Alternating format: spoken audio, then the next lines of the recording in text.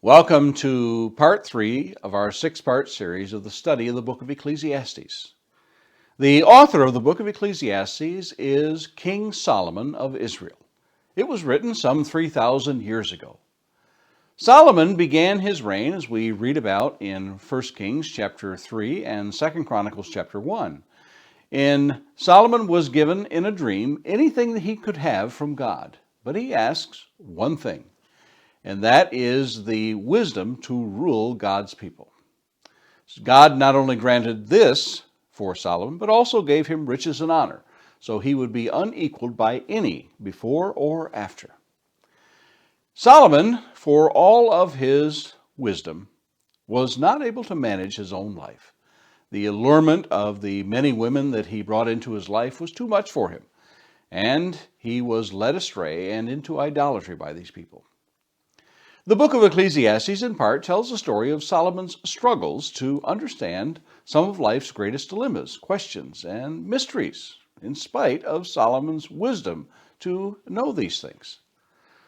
Solomon delves into some of the most puzzling of life's quests, the meaning of our existence, our purpose, perhaps as no other book with the exception of Job. This study is a compilation of an earlier 31-part devotional series which broke down sections of the 12 chapters into 8 to 12-minute devotionals. This is by no means exhaustive in nature, but overviews some of the most complex ideas that Solomon puts forth. Last week, we looked at chapters 3 and 4 and peered further into some of Solomon's overarching themes of the book. We looked at some of the questions that he had gained from all of his endeavors. Why have I been so wise? What have I gained from my labors? Then we looked at one of the most enduring passages of chapter 3, for everything there is a season, and what God had placed in our hearts and our need for companionship. This week, we're going to look at chapters 5, 6, and 7, and such topics as vowing, the love of money, contentment in one's work, and the subject of our place in this world, and the need for sober thoughts rather than living for simple, pure pleasure. I hope that you will enjoy and learn from what Solomon, the inspired writer, penned for us all those years ago, and see if they are as relevant today as they were then. Now, let's begin our study today.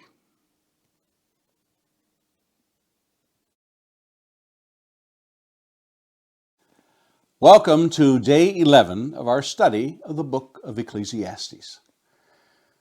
Our lesson today is entitled, It is Better That You Should Not Vow. And our verses for reading today come from chapter 5 of Ecclesiastes, verses 1 through 7. Guard your steps when you go to the house of God. To draw near to listen is better than to offer the sacrifice of fools, for they do not know that they are doing evil. Be not rash with your mouth, nor let your heart be hasty to utter a word before God. For God is in heaven, and you are on earth. Therefore, let your words be few. For a dream comes with much business, and a fool's voice with many words. When you vow a vow to God, do not delay paying it, for he has no pleasure in fools. Pay what you vow. It is better that you should not vow than that you should vow and not pay. Let not your mouth lead you into sin, and do not say before the messenger that it was a mistake. Why should God be angry at your voice and destroy the work of your hands? For when dreams increase and words grow many, there is vanity. But God is the one you must fear.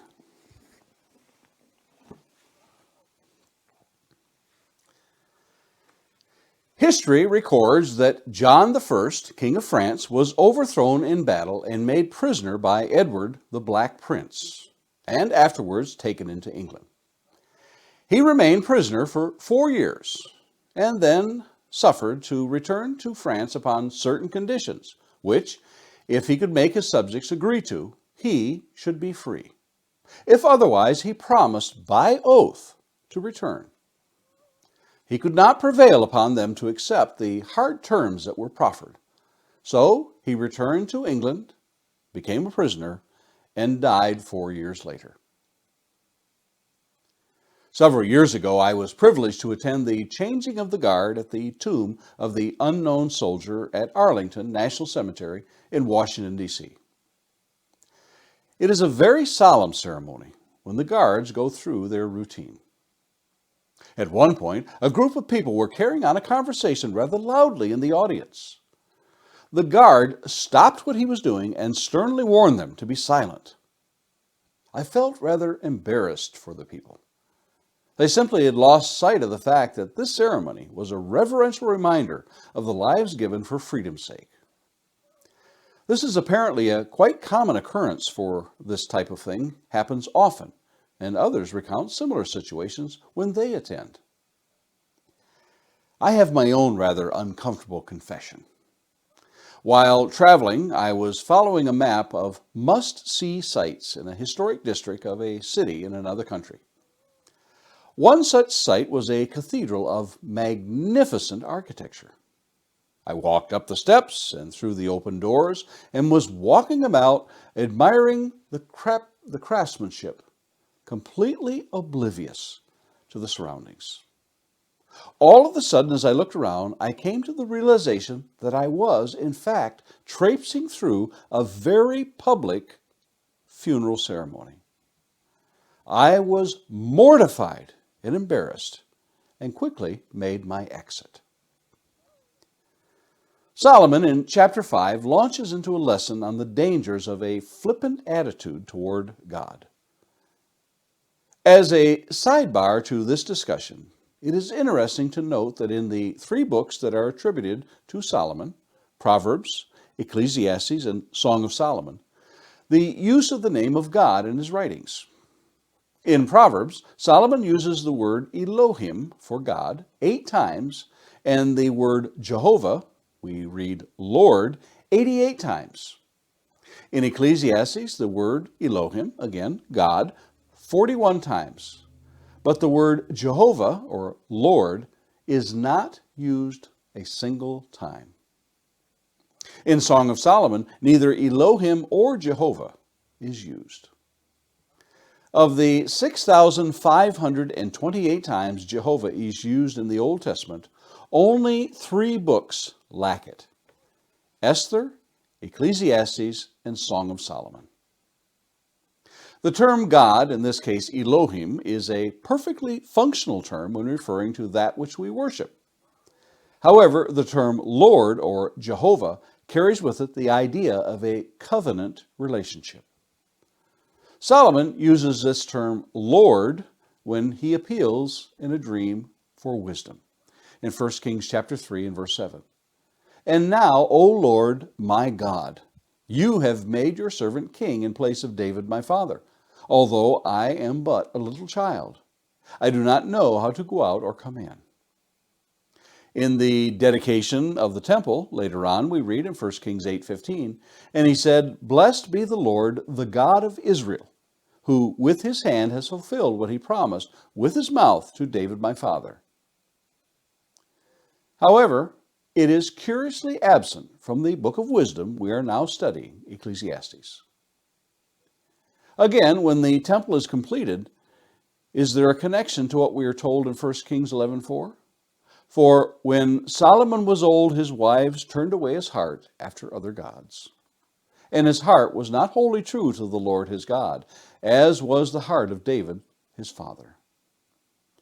We further read in 1 Kings 11, verses 11 through 13.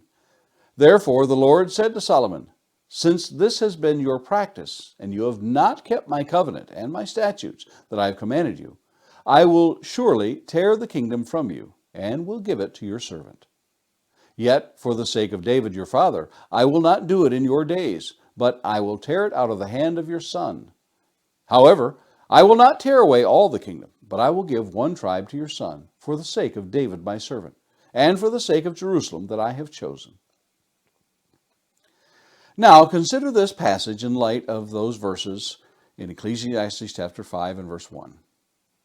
Guard your steps when you go to the house of God. To draw near to listen is better than to offer the sacrifice of fools, for they do not know that they are doing evil.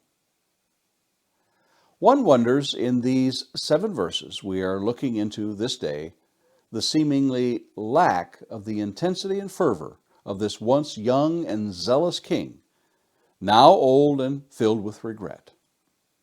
Still, every word spoken is rightly spoken and worthy of consideration in our lives under a new and better covenant, built on better things, as the Hebrew writer expresses in Hebrews 8, verse 6. But as it is, Christ has obtained a ministry that is as much more excellent than the old, as the covenant he mediates is better, since it is enacted on better promises.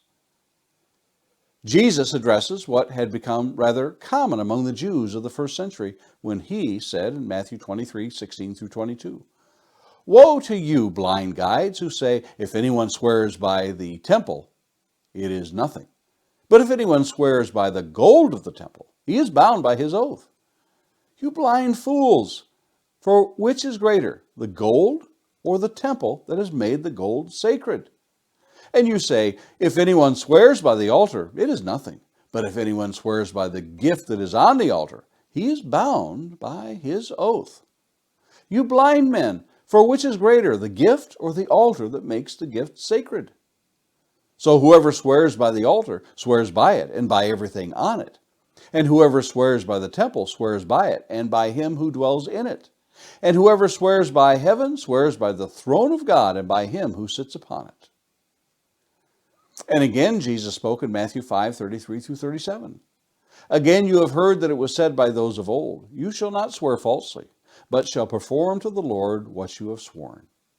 But I say to you, do not take an oath at all, either by heaven, for it is the throne of God, or by the earth, for it is his footstool, or by Jerusalem, for it is the city of the great king. And do not take an oath by your head, for you cannot make one hair white or black. Let what you say be simply yes or no. Anything more than this comes from evil." The very same thing that James declares in James 5:12. "But above all, my brothers, do not swear either by heaven or by earth or by any other oath. But let your yes be yes and your no be no, so that you may not fall under condemnation." Everything in these 7 verses that Solomon declares reflects the solemn attitude one must have at every point in their relationship with God Almighty. Yes, every moment of life, in every word we speak. As tempting as it might be in the moment to verify our words before man when we say, "I swear to God," it is better to refrain. In fact, it is better that we should not make a vow, lest we fail before him who will hold us accountable. Perhaps Solomon knew this only too well as he penned these verses. Are your thoughts under control and focused when you come before the Lord? And Lord willing, let's meet here again tomorrow and look at another lesson from the book of Ecclesiastes.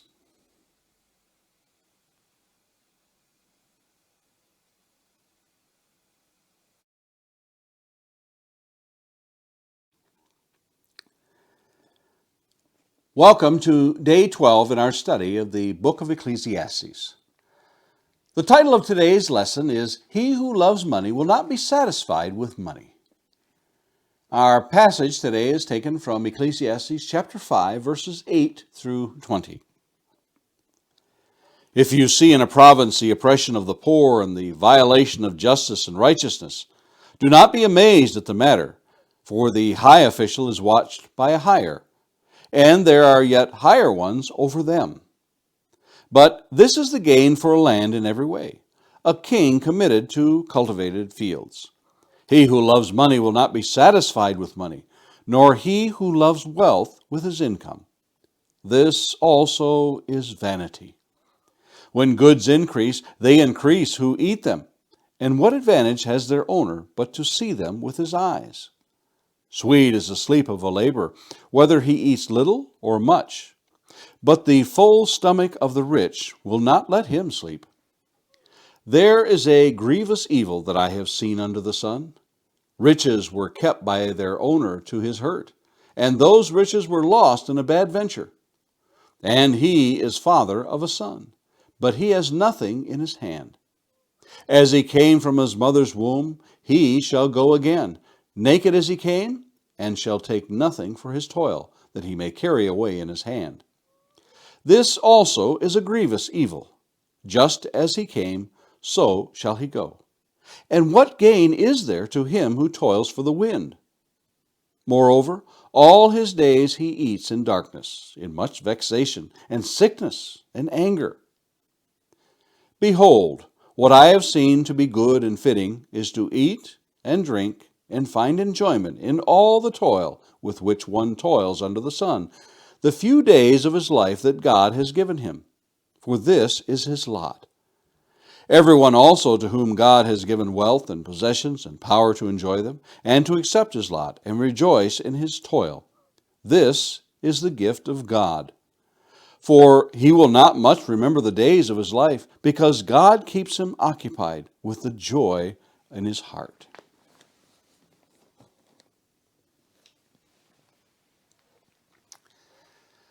Leo Tolstoy's 1886 short story, How Much Land Does a Man Need?, is a classic. I recall the story from my high school literature book. It is a story of a peasant named Pahom, who overhears his wife talking to her older sister, who has come for a visit to the peasant's home, herself being from the city and well-to-do as incomes go. The older sister chides the younger sister for her meager living conditions and boasts of the life she lives in the city. Pahom listens and concludes that, yes, he shouldn't fear the devil himself if he indeed had land. The devil indeed was listening close by and sows seeds of envy in the heart of Pahom. The story progresses through one tale after another, each with Pahom venturing out for more and more land until the final opportunity comes, wherein he can buy for 1,000 rubles as much land as he can walk around in one day. At last, he surmises and begins to dream of how much land he can have. As he begins and marks off the land as he goes, it seems that he can have more and more land. Unable to stop for rest, he presses on. In the end, he does reach the beginning and gets the land. Unfortunately, he had pushed himself so hard that he falls dead. How much land did poor Pahom need? 6 feet from his head to his heels, the size of his grave. What a tale! If only it weren't as true as real life. Many a person has fallen prey to the just a little bit more temptation. With closets full of clothes, we go shopping for more. Running out of space in our homes and garages, we rent storage facilities. Not satisfied with one home, we buy a cottage on the lake. Are these wrong? Well, I suppose that all depends on whether we own them or they own us. How many stories, movies, and books tell the tale of the hoarders of wealth who must have more and more? Scrooge at Christmas, Aesop's The Miser and His Gold, Robert Louis Stevenson's Kidnapped, Dostoevsky's Mr. Poharchin. Yet there are real-life accounts of those who lived impoverished lives to the outside world, yet were discovered to be quite wealthy beyond the imagination upon their death. Joseph Leake died and left $1.8 million to an organization that provides guide dogs to the blind. Not unusual, except not even his own family knew he had money.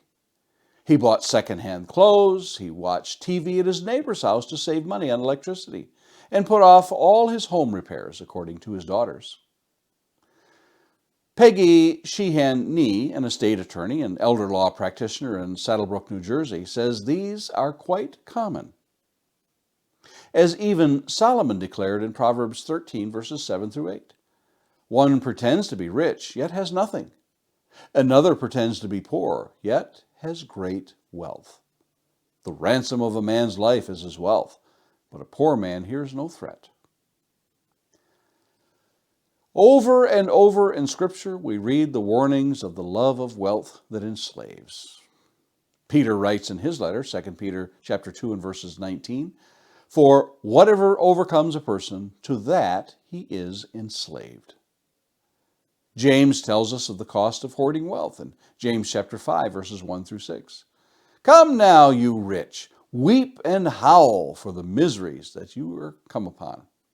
Your riches have rotted, and your garments are moth-eaten. Your gold and silver have corroded, and their corrosion will be evidence against you, and will eat your flesh like fire. You have laid up treasure in the last days. Behold, the wages of the laborers who mowed your fields, which you kept back by fraud, are crying out against you, and the cries of the harvesters have reached the ears of the Lord of hosts. You have lived on the earth in luxury and in self-indulgence. You have fattened your hearts in days of slaughter. You have condemned and murdered the righteous person. He does not resist you." And remember Paul's sobering words to Timothy in 1 Timothy chapter 6, verses 9 through 10, where Paul writes, "But those who desire to be rich fall into temptation, into a snare, into many senseless and harmful desires that plunge people into ruin and destruction. For the love of money is a root of all kinds of evils. It is through this craving that some have wandered away from the faith and pierced themselves with many pangs." Jesus warned of such things that choke out the word in Matthew chapter 13, verse 22. "As for what was sown among the thorns, this is the one who hears the word, but the cares of the world and the deceitfulness of riches choke the word, and it proves unfruitful." Indeed, Solomon calls it a sickness that possesses one in pursuit of more and more riches. He reminds of an eternal truth of all who come into this world in Ecclesiastes 5:15. "As he came from his mother's womb, he shall go again. Naked as he came, and shall take nothing for his toil that he may carry away in his hand." Even Job knew this 1,000 years before Solomon in Job 1:21. "Naked I came from my mother's womb, and naked shall I return. And the Lord gave, and the Lord has taken away. Blessed be the name of the Lord." As even Paul will affirm to Timothy 1,000 years into the future from Solomon, 1 Timothy 6, 6 and 7. "But godliness with contentment is great gain. For we brought nothing into the world, and we cannot take anything out of the world." Of which Jesus tells in his parable of the foolish man who wanted to build more barns to store his produce in Luke 12:20. "But God said to him, 'Fool, this night your soul is required of you, and the things you have prepared, whose will they be?'" Even today we know this truth. Truly, there's nothing new under the sun as it pertains to human behavior and what we shall take from this world of our possessions. Have you thought about what will last after you pass from this world? And Lord willing, let's meet here again tomorrow for another lesson from the book of Ecclesiastes.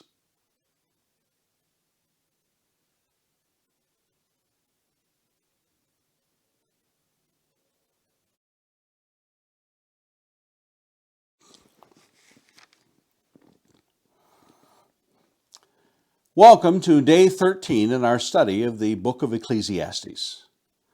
Our lesson for today is entitled, "God Keeps Him Occupied with a Joy in His Heart." Our verses for today are found in Ecclesiastes chapter 5. We'll be reading verses 8 through 20.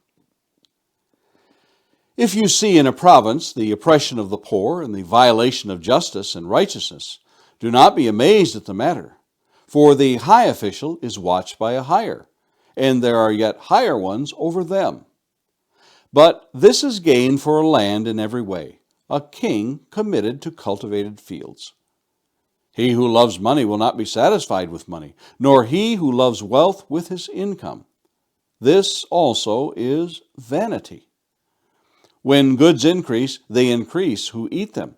And what advantage has their owner but to see them with his eyes? Sweet is the sleep of a laborer, whether he eats little or much, but the stomach of the rich will not let him sleep.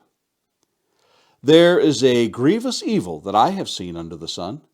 Riches were kept by their owner to his hurt, and those riches were lost in a bad venture. And he is father of a son, but he has nothing in his hand. As he came from his mother's womb, he shall go again, naked as he came, and shall take nothing for his toil that he may carry away in his hand. This also is a grievous evil. Just as he came, so shall he go. And what gain is there to him who toils for the wind? Moreover, all his days he eats in darkness, in much vexation and sickness and anger.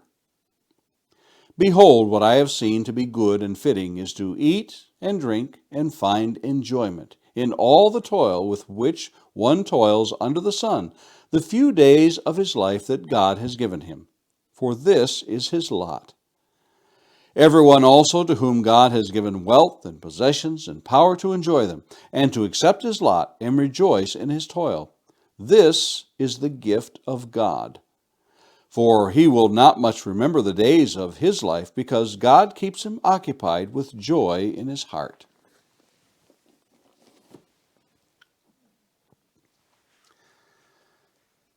Things that bring me peace of mind: a walk in the woods, a walk on the beach, a walk in the rain, a walk to the mailbox, a walk in the park. There's a pattern here. Other things that bring me peace: sitting on the back deck watching birds, sitting by the campfire watching the flames, sitting on a park bench, sitting in a rocking chair taking a nap. There's a pattern there too. What is that pattern? I know. It's me. I'm there in the moment. Not in the past and not in the future. Just here in the now. You may be familiar with the serenity prayer. God, grant me the serenity to accept the things I cannot change, the courage to change the things I can, and the wisdom to know the difference. It is the model prayer for 12-step programs that centers the individual to live one day at a time. This version is a variation of the original penned by Reinhold Niebuhr in the 1930s. It's not hard to understand why just the first words can prompt the hearer to instantly recognize and join in its completion. Serenity. The word itself is almost an onomatopoeia. It flows off the tongue with such ease. Serenity. We long for peace and serenity in our lives, in our world, and yes, in our minds. Sadly, though, it is so seldom found in the chaos of life, work, and even our sleep. It's not like a definition that we can look up and voila, we understand and grasp its meaning. Ah, yes, serenity. There it is. I'll take it in like a nice, cool drink of water. It's not so easy, though, is it? What if Solomon had chosen to end his book right here in the last verse of chapter 5? That might answer a few questions as it pertains to the temporary relief from the day-to-day drudgery of our lives, and some days that might be just enough. But wait, there's more, as they say. So stick with the book to the end. You'll be glad you did. Yet, here in this moment of clarity that Solomon gives us, we find a hidden treasure buried right here in the middle. Right here in chapter 5, Solomon divides the world into two easily recognizable groups. The first group, unbeknownst to themselves, labors on and on with no relief in sight. Almost like that donkey who is chasing a carrot dangled right in front of him. but he'll never quite catch it, try though he may. There in verse 12 we read, "Sweet is the sleep of a laborer, whether he eats little or much, but the full stomach of the rich will not let him sleep." Imagine that feeling. I should be happy. I have everything, but I'm just not happy. A couple of lessons ago, we talked about Solomon's falling away from God. We notice his lack of the use of the covenant relationship name Lord or Jehovah, replaced with God, Elohim. Here in the final 3 verses of chapter 5, Solomon references God as the one who is responsible for the ability of each person to enjoy the life that they have. He tells us this is the gift of God. But we get the very distinct feeling that while Solomon knows what it is he pursues, he hasn't quite found it yet. He hasn't quite taken, as it were, that long, cool drink of water. Again, we peer into the New Testament for the understanding of what the schoolmaster was leading those of the Old Testament toward. When James tells us in James 4:13 through 15, "Come now, you who say, today or tomorrow we will go into such and such a town and spend a year there and trade and make a profit. Yet you do not know what tomorrow will bring. What is your life? For you are a mist that appears for a little while and then vanishes. Instead, you ought to say, if the Lord wills, we will live and do this or that." If the Lord wills. That isn't to say we have no part in the plans that God has for us, but ultimately we leave it all in His hands. The Apostle Paul would often remark of his plans, but with the understanding, if it is the Lord's will. In Acts chapter 18, verse 21, we read, "But on taking leave of them, he said, I will return to you if God wills." And he set sail from Ephesus. And Paul writes in Romans 1:10, "Always in my prayers asking that somehow by God's will I may know at last succeed in coming to you." Again in 1 Corinthians 4:19, "But I will come to you soon if the Lord wills, and I will find out not the talk of these arrogant people, but their power." And in Ecclesiastes 5:20 we read, "For he will not much remember the days of his life, because God keeps him occupied with joy in his heart." How interesting the idea that this one who has been given such a gift by God to enjoy what he has been given, that this person is not consumed by the past, but lives in the moment. Not living in the moment, but living it with joy in his heart as well. Have you found that joy in your heart today, in your labors? And Lord willing, let's meet here again tomorrow and look at another lesson in the book of Ecclesiastes.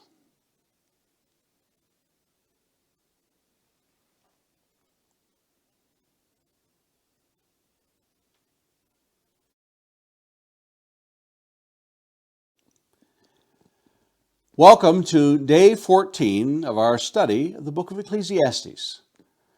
Today's lesson is entitled, "A Stillborn Child is Better Off Than He."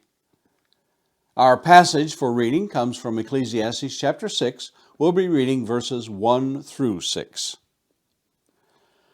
"There is an evil that I have seen under the sun, and it lies heavy on mankind. A man to whom God gives wealth, possessions, and honor, so that he lacks nothing of all that he desires. Yet God does not give him power to enjoy them, but a stranger enjoys them. This is vanity. It is a grievous evil.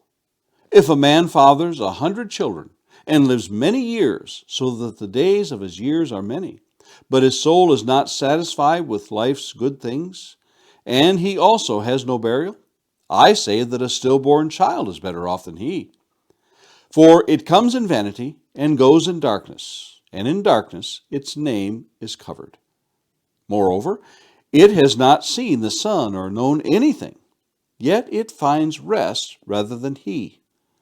Even though he should live 1,000 years twice over, yet enjoy no good, do not all go to the one place?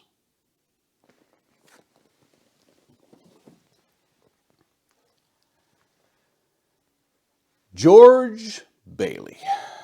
Poor George Bailey. He wanted so badly to travel the world, but time after time, one thing and another keeps him home, laboring at the family business while others go on to seemingly great achievements. In a moment of distress and despair, George, seeing no way out, believes it would have been better that he had never been born. He gets the opportunity at the hands of an angel to see what the town he lived in would be like if he had never been brought into the world. Yes, that is the timeless Christmas classic, It's a Wonderful Life, brought to the big screen by Frank Capra. If you are one of the 5 people in this country who have not seen the movie, I'll not spoil the ending for you. There is a movement afoot in the world gaining traction called the anti-natalists. They believe it is immoral to bring children into the world. This rather bizarre philosophy became even more prominent in 2019 when a man from India, Raphael Samuel, sought to sue his parents for bringing him into the world without his consent. Don't worry, the judge threatened to have him jailed if he pursued this ludicrous litigation. Yet, many share this belief in hopelessness, the other meaningless of life. Apparently, Solomon was right. Such a thing lies heavy, that is to say, is common in mankind, even 3,000 years later. Doesn't this storyline sound familiar? No, not a movie or a novel that we've read, but somewhere we recognize this plot. Yes, Jesus told us just such a thing in Luke 12:13-21. Someone in the crowd said to him, "Teacher, tell my brother to divide the inheritance with me." But he said to him, "Man, who made me a judge or arbitrator over you?" And he said to them, "Take care and be on your guard against all covetousness, for one's life does not consist in the abundance of his possessions." And he told them a parable, saying, "The land of a rich man produced plentifully. And he thought to himself, 'What shall I do? For I have nowhere to store my crops.' And he said, 'I will do this. I will tear down my barns and build larger ones. And there I will store all my grain and my goods. And I will say to my soul, Soul, you have ample goods laid up for many years. Relax, eat, drink, and be merry.' But God said to him, 'Fool, this night your soul is required of you. And all the things that you have prepared, whose will they be? So is the one who lays up treasure for himself and is not rich toward God.' Yet to wish that you had never been born, wasn't that what Job wanted? We read in Job chapter 3, verses 16-22.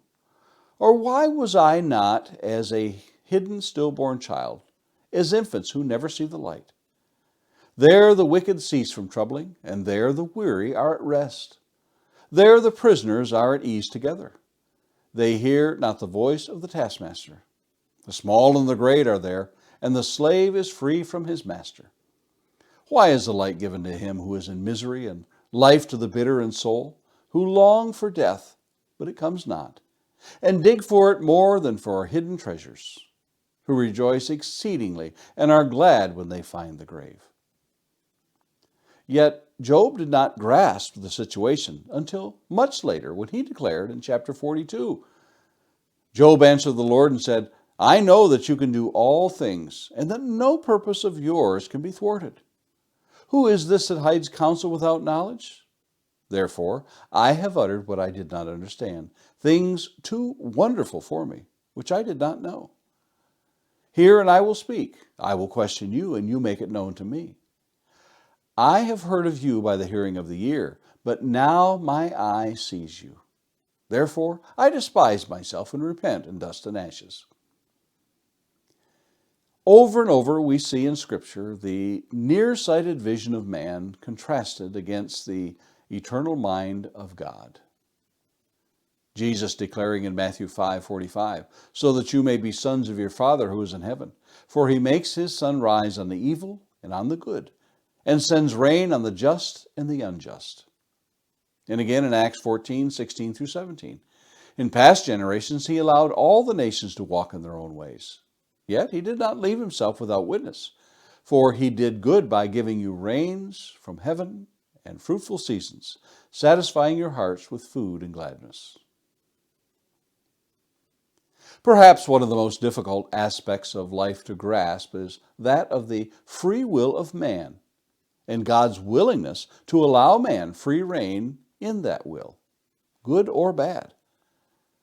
Yet his immutable laws must reign over all the universe. For Paul tells us in Galatians 6, verses 7 and 8, do not be deceived. God is not mocked. For whatever one sows to his own flesh will from the flesh reap corruption. But the one who sows to the Spirit will from the Spirit reap eternal life. For the one who sees only in terms of this life, that anti-natalism mindset must be overwhelming and a burden to bear. For the one whose hopes lie beyond this realm of woe and want, the horizon is bright, and the now dark clouds are ever silver-lined. Those whose hope lies only in this life, even if, as Solomon declares, they should live 1,000 years twice over, that fatalistic view pervades. Do not all go to the same place? Thankfully, no. As Jesus told in his parable in Luke chapter 16 and verses 25 through 26, but Abraham said, child, remember that in your lifetime you received your good things, and Lazarus in like manner bad things. But now he is comforted here, and you are in anguish. And besides all this, between us and you, a great chasm has been fixed, in order that those who would pass from here to you may not be able to, and none may cross from there to us. Once again, Solomon, for all his wisdom, hasn't grasped eternity or the resurrection. But Paul has. For he writes in 1 Corinthians 15:19 through 20, if in Christ we hope only in this life, we are of all people most to be pitied. But in fact, Christ has been raised from the dead, the firstfruits of those who have fallen asleep. In light of the resurrection, do you still think it would have been better to have never been born? And Lord willing, let's meet here again tomorrow for another lesson in the book of Ecclesiastes.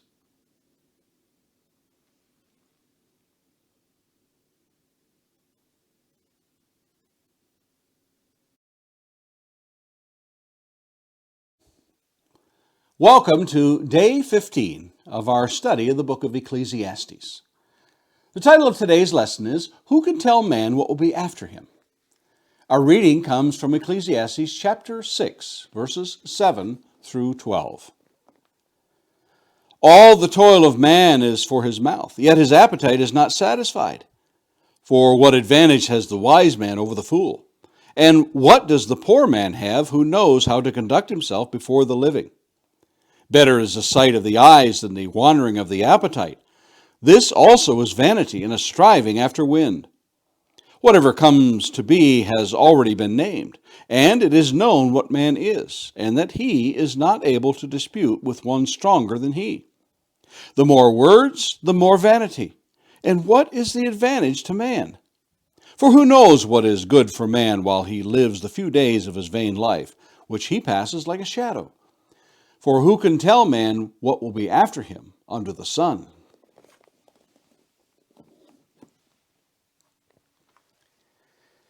You can file these under great predictions. Joe McKinley, contributing writer for Reader's Digest in an August 2021 article listed some predictions about the future that didn't quite turn out the way the prophets thought. The president of Michigan Savings Bank warned Horace Rackham, lawyer for Henry Ford, that he needed to protect his money. The automobile is just a passing fad, a novelty, he said. The horse is here to stay. That 1903 prediction fell short by a freeway mile. Thomas Edison may have been a rather brilliant inventor, but when it came to seeing into the future, he lacked the vision. His prediction that everything in the 21st century will be made of steel. His words, the baby of the 21st century will be rocked in a steel cradle. His father will sit in a steel chair at a steel dining table. He didn't see the light on that one. John Philip Sousa warned the world about the menace of mechanical music when he wrote about the machines that brought music into people's homes. It will bring an end to amateur musicians. That was 1906. He surely would be singing a different tune today. Also predicted, electricity is just a fad. All women by the year 2000 will be over 6 feet tall. You will clean your home with a garden hose. And telephones will never catch on, especially those that act like computers. And TVs, they're not going to be a big thing. When it comes to the future, there are some who have been rather savvy about what is coming. But they are the exception, and statistics show that trying to guess the trends of the future can bring a fortune, but can also bring financial ruin if they are betting all they have on the whims of people's tastes. Then there are also the so-called psychics who make pretense of knowing what is going to happen. Jean Dixon is well known for her prognostications of future events. Remember when she predicted that World War III would happen in 1958? Or how about her prediction that Russia would put the first man on the moon? Or Richard Nixon being elected president in 1960? All her predictions were printed in bold letters for all to see well ahead of time, and people just couldn't get enough of her, even if she was wrong time after time. But remember how God declared if you could know if one was a false prophet? In Deuteronomy 18:21 through 22. And if you say in your heart, how may we know the word that the Lord has not spoken? When the prophet speaks in the name of the Lord, if the word does not come to pass or come true, that is a word that the Lord has not spoken. The prophet has spoken it presumptuously. You need not be afraid of him. So to say that Jean Dixon was a prophet would be false by biblical standards. But humans are wont to believe those who pretend to know the future. Look up Harold Camping and see how many he led astray. It is one thing to use economic indicators to give possibilities of what the economy might do in the next year. It is quite another thing to say one knows with certainty future events based on the stars or tea leaves or Ouija boards and such. Nobody can predict the future with absolute certainty on their own. That's the theme Solomon revisits in his writings here. In Ecclesiastes chapter 2 and verse 18 through 19, he writes, I hated all my toil in which I toil under the sun, seeing that I must leave it to the man who will come after me. And who knows whether he will be wise or a fool? Yet he will be master of all for which I toiled and used my wisdom under the sun. This also is vanity. And in chapter 3 and verse 22, so I saw that there is nothing better than that a man should rejoice in his work, for that is his lot. Who can bring him to see what will be after him? And still again in Ecclesiastes chapter 10 and verse 14, which we shall come to shortly, a fool multiplies words, though no man knows what is to be. And who can tell him what will be after him? Now here in chapter 6, Solomon again will reaffirm that what comes after us is largely unknown. Remember, once again, we have the advantage over Solomon, for we have the body of the Old and the New Testament for our perusal, while Solomon has the law and history, and not the whole of the Psalms at that point at his disposal. And those still shrouded in somewhat dimness until the light of the Savior shall come to reveal them. Perhaps the same question that haunted Job clings to Solomon's mind when Job asked in Job 14:14, "If a man dies, shall he live again?" And again in Job 19, verse 25 through 27, "For I know that my Redeemer lives, and at the last he will stand upon the earth. And after my skin has been thus destroyed, yet in my flesh I shall see God, whom I shall see for myself, and my eyes shall behold, and not another. My heart faints within me." Solomon's mind is still consumed with that which is under the sun, or that which will happen on earth in the flesh. 1,000 years into the future, the resurrection will be clearly revealed. Yet, even then, it will be misunderstood and be confusing to some. Paul writes in 1 Corinthians chapter 15, verses 12 through 14, "Now, if Christ is proclaimed as raised from the dead, how can some say to you that there is no resurrection of the dead? But if there is no resurrection of the dead, then not even Christ has been raised. And if Christ has not been raised, then our preaching is in vain, and your faith is in vain." Paul had encountered the Sadducees in his life, he himself being a Pharisee. We read of that encounter one time in Acts chapter 23, verses 7 through 8. "And when he had said this, a dissension arose between the Pharisees and Sadducees, and the assembly was divided. For the Sadducees say that there is no resurrection, nor angel, nor spirit, but the Pharisees acknowledge them all." Some scholars think it is Solomon's obsession with this life only that further bolstered the Sadducees' belief in no resurrection years later. Solomon is right to ask these three questions in verses 11 and 12 of our passage today. Number 1, what is the advantage to man? 2, what is good for man? And 3, what will be after him? Remember his two questions from chapter 1? In chapter 1, verse 3, what does man gain by all his toil? And in verse 10 of chapter 1, is there anything new? This is the stuff of the philosophers' musings in age after age, even down to today, where the skeptics and scoffers still staunchly hold to this life and nothing more belief. Yet Solomon has a glimmer of hope beyond this life, which he will at last reveal at the end of his thoughts. Still, he has a long way to go here in Ecclesiastes before then. Have you thought about what is to come after your labors are finished here under the sun? And Lord willing, let's meet here again tomorrow for another study in the book of Ecclesiastes.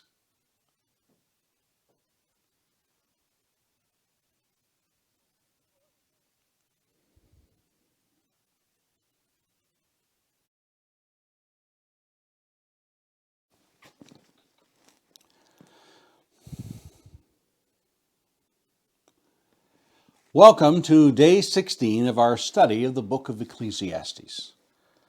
The title of today's lesson is Sorrow is Better Than Laughter. Our passage for today comes from Ecclesiastes chapter 7, verses 1 through 7.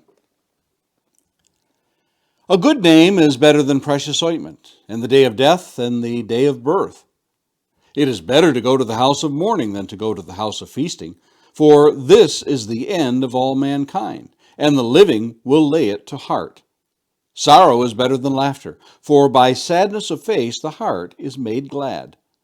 The heart of the wise is in the house of mourning, but the heart of fools is in the house of mirth.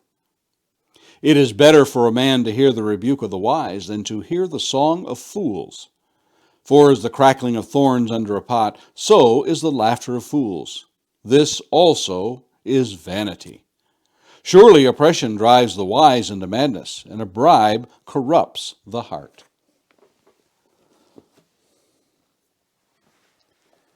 Ladies and gentlemen, I draw your attention high above the center ring, where our death-defying performers are now preparing to walk across the high wire with no net. Can't you just picture that circus scene? That booming voice tempting fate with the lives of those performers, risking everything while entertaining the crowds. Ah, the life of the high wire act. Always something taller, longer, more dangerous, perched as it were above death itself below. Doesn't life itself seem like that high wire act performance? Trying to keep oneself balanced in our walk so as to not plunge to our demise below. One side is too much of one thing and the other is just the opposite, too much of the other. You try with all your might to keep that balance right in the middle. Solomon begins yet another string of thoughts here in chapter 7. They seem to be proverbs, contrasting one extreme against another. A reminder of his teachings from Proverbs. But a closer look seems to shake us into a reality that doesn't seem to quite square up with what we might think of as reasonable. Yes, a good name is better than precious ointment. That's pretty straightforward and easy to grasp. A wise person would come to that conclusion and not disagree. But now Solomon plunges into a cynicism when he says, "And the day of death than the day of birth." Really, Solomon? Where is this coming from? There's no tightrope walking here. He jumps headlong into a sullen, desultory outlook on life. But wait, there's more. It is better to go to the house of mourning than to go to the house of feasting. Talk about throwing a wet blanket on life. I think it's safe to say that we've all met someone who just seems to find something negative to say in every situation. Like they say about the pessimist, he has a problem for every solution. We almost come to the conclusion that what Solomon has embarked upon is a journey into darkness and despair. That is, until we ourselves go back and reflect upon what he has said previously. We go back to Ecclesiastes chapter 2 and verses 1 through 3. I said in my heart, "Come now, I will test you with pleasure. Enjoy yourself." But behold, this also was vanity. I said of laughter, "It is mad," and of pleasure, "What use is it?" I searched with my heart how to cheer my body with wine, my heart still guiding me with wisdom, and how to lay hold on folly, till I might see what was good for the children of man to do under heaven during the few days of their life. Perhaps now we can begin to connect the dots. What is the cure for the life given wholly to pleasure and laughter? Solomon now proceeds to give the remedy. It is obvious that a good name, which can be gained in a lifetime of pursuit of such, is better than precious ointment, which may lose its pungency in a matter of hours and then is no more. But why is the day of death better? A hard-fought battle to win a good name is a lifetime's pursuit, and that is what awaits a babe in the cradle. And who knows if that battle will be won? Such is the house of mourning, wherein one may contemplate the seriousness of life surrounding death and the brevity of life. Who of us has not stood before the coffin of a loved one, or even a complete stranger, and not wondered at the meaning of life? Solomon had seen the vanity of the house of feasting, wherein a heart's only want is that of merriment and pleasure. These stand in stark contrast and couldn't be further apart as it pertains to the gravity of the mind. In one, the soul seeks for meaning in the path of life. In the pursuit of pleasure, it only wants for more pleasure. And even Solomon said of those who loved wine and mixed wine, even after they have felt the blows of drunkenness, their only thought is, "When shall I awake? I must have another drink," in Proverbs 23, verse 35. Solomon had spent a considerable amount of time in contrasting the way of wisdom and the way of folly in his work of Proverbs. Consider these, Proverbs 13:16. Every prudent man acts with knowledge, but a fool flaunts his folly. Proverbs 15:14. The heart of him who has understanding seeks knowledge, but the mouth of fools feeds on folly.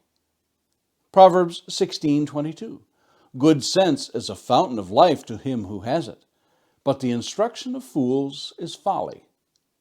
Proverbs 21:17. Whoever loves pleasure will be a poor man, and he who loves wine and oil will not be rich. And finally, Proverbs 23, verses 20 and 21.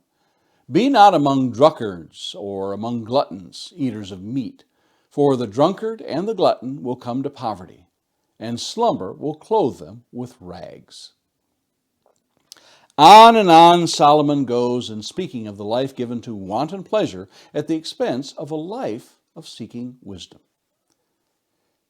As he comes near the end of this discourse in Ecclesiastes, he declares a truth that is often hard to bear. In verse 5 of Ecclesiastes 7, it is better for a man to hear the rebuke of the wise than to hear the song of fools. For so he often said in Proverbs 17:10, a rebuke goes deeper into a man of understanding than 100 blows into a fool. And again in Proverbs 27, verses 5 and 6, better is open rebuke than hidden love. Faithful are the wounds of a friend, profuse are the kisses of an enemy.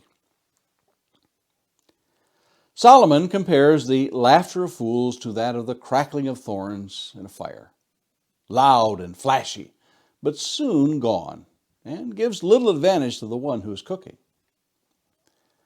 Solomon ends this passage the way he began in comparison of one's reputation. The patient in spirit is better than the proud in spirit, in verse 8. Compare that to the first verse, and the day of death than the day of birth, in verse 1. And better is the end of a thing than its beginning, in verse 8. Seldom will the person caught up in mirth, laughter, and wanton pleasure come to realms of wisdom and wise thoughts while in their pursuits of gratifying the flesh. Walking that tightrope without a net is a rather dangerous trek, and those who play too long eventually fall to their own demise. Have you seen those who are caught up in the ways of pleasure in this life? Have you noticed the price they pay? And Lord willing, let's meet here again tomorrow for another lesson in the book of Ecclesiastes.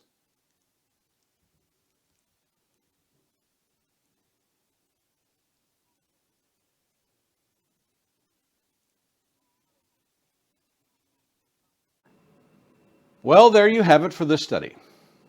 I hope you'll join us again next time as we continue in our study of this most fascinating of books, Ecclesiastes.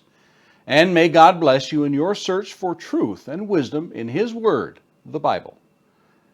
And Lord willing, we'll see you here again.